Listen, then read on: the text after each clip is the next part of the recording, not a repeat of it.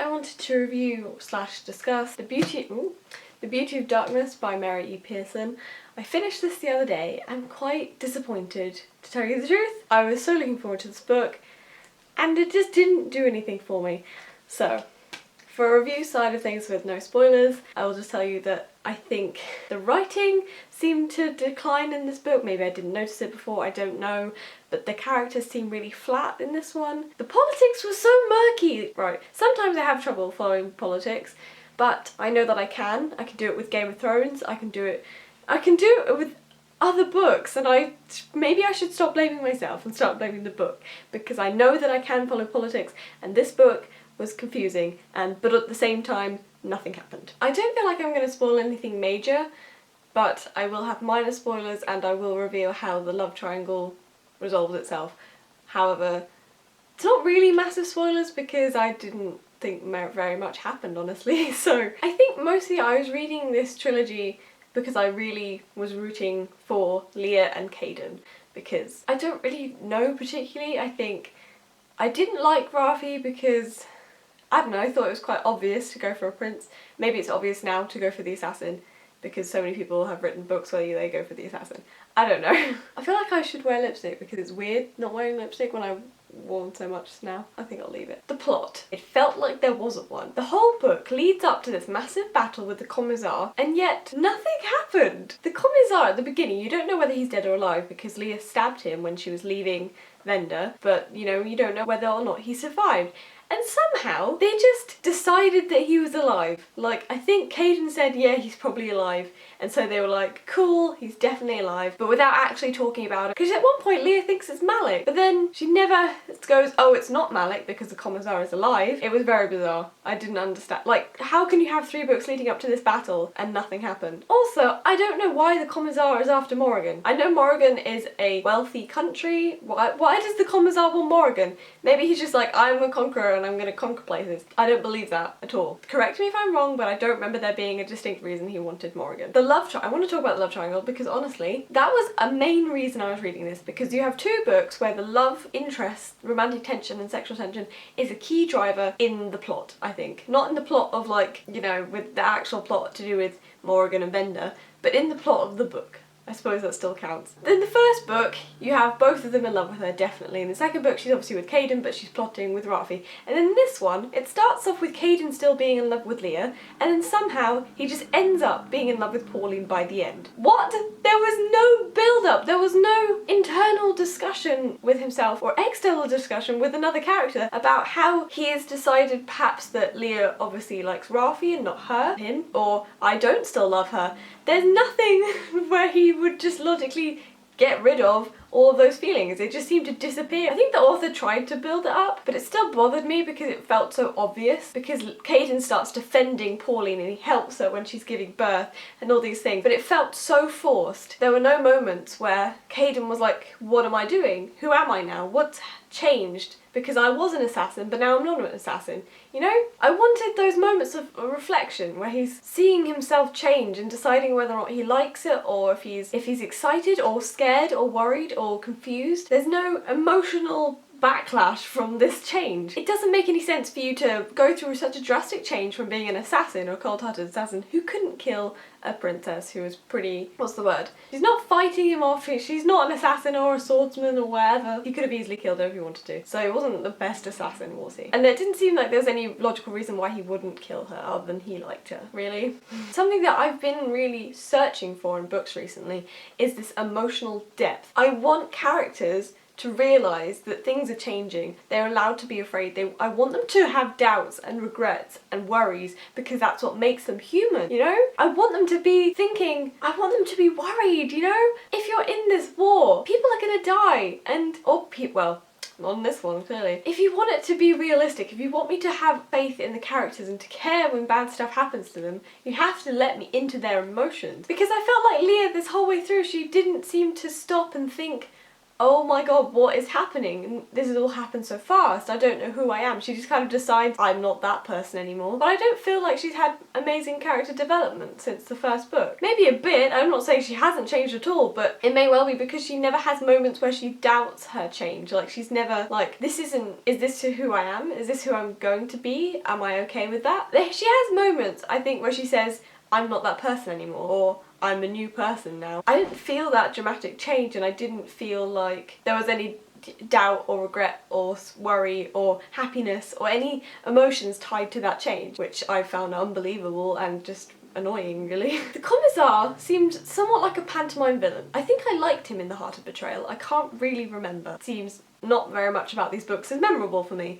And the Commissar says stupid stuff a lot. Like, when he's at that final battle with Leah, he says, they all believe what I believe, and that's real power.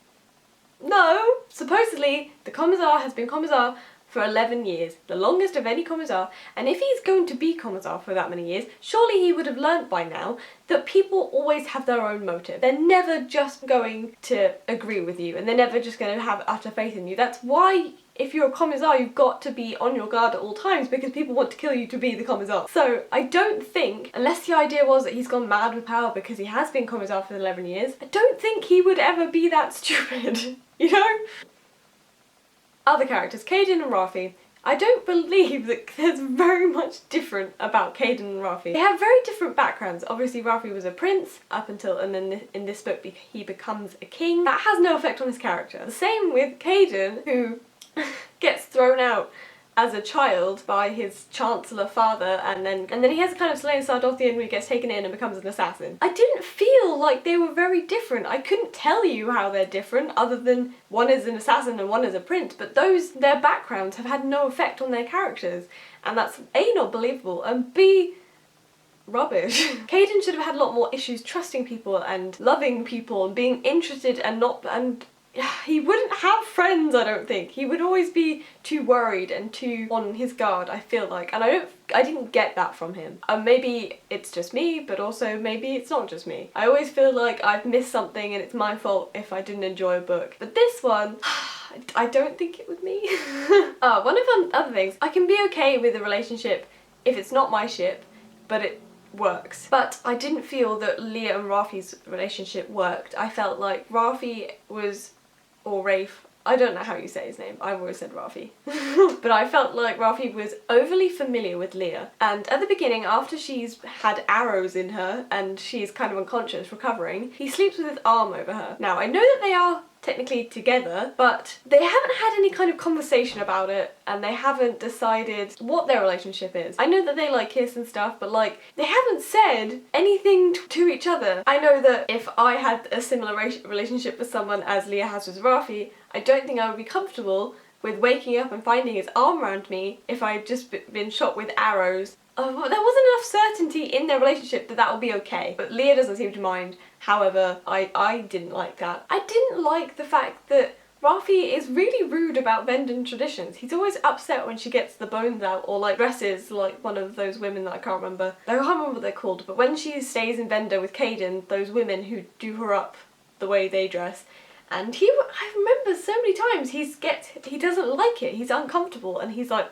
and I just didn't like that at all. I don't think, if you're in love with someone, you should at least talk about it if that's an issue for you, but they don't, because apparently nobody in YA can communicate. That's a lie. I'm just getting upset now.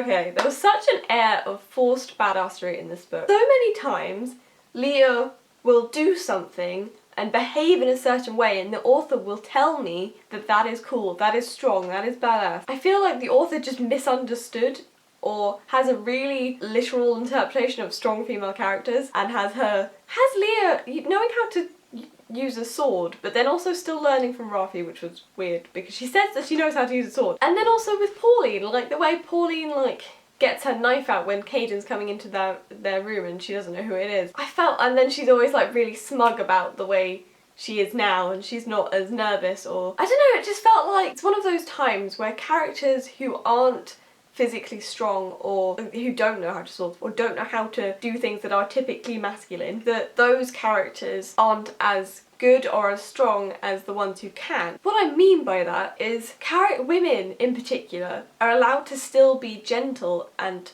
soft and nice and not be able to sword fight and still be strong female characters. You take Sansa Stark, she can't fight with a sword in the TV programme. I haven't read the books, please don't hate me, but use her as an example. Or Daenerys Targaryen. She also cannot fight or use a sword. However, they're both strong female characters. And Leah, I don't know, I feel like all of the characters are really two-dimensional and I was annoyed. I remember really liking in The Heart of Betrayal when she says she's going to bury the soldiers who have died, and they were like, but you can't do it because it's too many. And she's like, no, I'm going to do it because that's what I believe. And I really liked that about her, but I didn't see that side of her in this book. It was such a shame. I'm so annoyed because I was so looking forward to this and I know other people enjoyed it and it's just sad. The author never actually does what is described. So, for example, there's a point where Leah has to make this speech to all these people, and instead of writing a compelling speech that will rally the people behind her, she says she gets Rafi to narrate it instead. So instead of writing a compelling speech, she gets Rafi to say that the speech is compelling, which is not the same thing at all, and it really annoys me because it's telling me that this... oh, it's gone really dark. It's telling me that the speech is good and compelling and is going to get the people behind it, but it's not showing me that. I don't believe that because Rafi is a perspective. Rafi is a biased perspective. He likes Leah. He would say that, but I don't think this is a comment on his character at all. I think this is just, instead of writing a compelling speech, she's telling me the speech was compelling. It's lazy, honestly. Write a compelling speech and then I will believe in Leah. If her speech had been really good and really motivating and... it would have, it just would have been so much better had she written the speech and said the speech herself and not had Rafi say it was really good, because no, it's stupid. Leah's gift is so nondescript that I couldn't even tell you what it is. It seems to be she can know things that are happening elsewhere, like she knows how the Commissar is going to come down to Morrigan. How on earth would you ever know that? It's not like there's a gift where she can see inside the Commissar's head or mind read or see stuff. She's not even like in a bird form looking at everything, she's not listening in, she's not there, she's not transported, she just knows stuff, and it's so stupid because that's not a gift, that's just a really weak way to get around like having that information revealed at another point. I get it in the first book, her gift is nondescript because she doesn't know what it is, she's new to it and experiencing it. There's no point where she knows what it is in this book. I don't know what it is, nobody else, they talk about her gift, but nobody's like, well, what is it then?